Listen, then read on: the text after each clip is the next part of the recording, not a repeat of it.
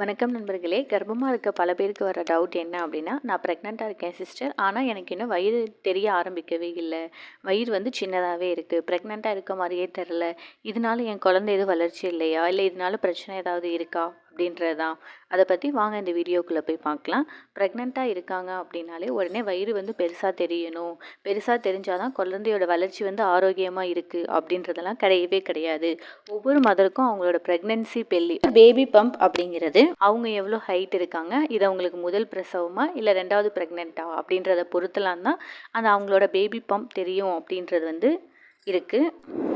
நார்மலாகவே இந்த pregnancy pump, அதாவது ப்ரெக்னென்சி பெல்லி அப்படி இல்லைனா பேபி பம்ப், இது வந்து எப்போ தெரிய ஆரம்பிக்கும் அப்படின்னு சொல்லி பார்த்தோம் அப்படின்னா, ஒரு மதர் வந்து அவங்க நல்லா வந்து ஒரு ப்ரெக்னெண்ட்டாக இருக்கும்போதே ஃபஸ்ட்டு ப்ரெக்னென்சிலேயே உடம்பு வந்து நல்ல வெயிட்டாக இருக்காங்க, கொஞ்சம் வெயிட்டாக இருக்காங்க அப்படின்னா அவங்களுக்கு 11 வாரத்திலேயே வந்துட்டு அந்த பேபி பம்ப் அப்படின்றது வந்து தெரிய ஆரம்பிக்கும்.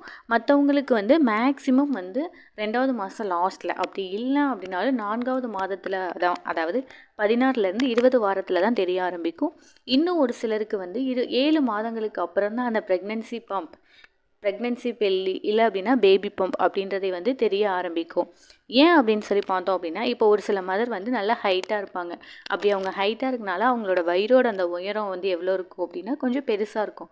அப்படி பெருசாக இருக்கும்போது குழந்தை வந்து கீழேருந்து மேல் நோக்கி வளரும் போது குழந்தை உள்ளே எவ்வளோ தான் வளர்ச்சி அடைஞ்சாலும் வெளியில் பார்க்கும்போது வயிறு வந்து சின்னதாக இருக்க மாதிரியே தெரியும். அதனால கூட அவங்களுக்கு பேபி பம்ப் தெரியாமல் இருக்கலாம். இதே கொஞ்சம் ஷார்ட்டாக இருக்கவங்களா இருந்தாங்க அப்படின்னா அவங்களோட வயிறு சின்னதாக இருக்கும். அப்படிங்கும்போது குழந்தை வெளியில் நோக்கி வளரும்போது அவங்களுக்கு வந்து பேபி பம்ப் அப்படிங்கிறது வந்து பார்க்க கொஞ்சம் பெருசாக தெரியும். இதே ஒரு ஃபஸ்ட்டு ப்ரெக்னெண்ட்டாக இருக்க மாதிரியும் செகண்ட் டைம் ப்ரெக்னெண்ட்டாக இருக்க மாதிரியும் கம்பேர் பண்ணோம் அப்படின்னா, ஃபர்ஸ்ட் டைம் ப்ரெக்னெண்ட்டாக இருக்க மதரோட சைல்டு வந்து என்ன பண்ணும் அப்படின்னா, அந்த மதரோட வயிற்றில் இருக்க தசைகளை நல்லா இறுக்கி பிடிச்சிட்டு வளரும். அப்படிங்கும்போது உள்ளே வந்து குழந்தை எவ்வளோ வளர்ந்தது அப்படின்னாலும் அதோட வளர்ச்சி அப்படிங்கிறது வெளியே தெரியாமல் பேபி பம்ப் அப்படிங்கிறது சின்னதாக தான் இருக்கும். இதே செகண்ட் ப்ரெக்னென்சியாக இருந்தது அப்படின்னா அவங்களோட சதைகள் இதெல்லாம்னால அவங்களுக்கு வந்து அந்த ப்ரெக்னென்சி பம்ப் அப்படின்றது வந்து நல்லாவே தெரிய ஆரம்பிக்கும். பேபி பம்ப் வந்து பெருசாக இருந்தால் மட்டும்தான் குழந்தை வந்து ஆரோக்கியமாக இருக்குது, சின்னதாக இருந்தால் ஆரோக்கியமாக இல்லை அப்படின்றதெல்லாம் கிடையவே கிடையாது. அவங்களோட ஹைட் அப்புறம் அவங்களோட வெயிட்டு, இது எத்தனாவது ப்ரெக்னென்சி, இதை பொறுத்து தான் அது வந்து இருக்குது.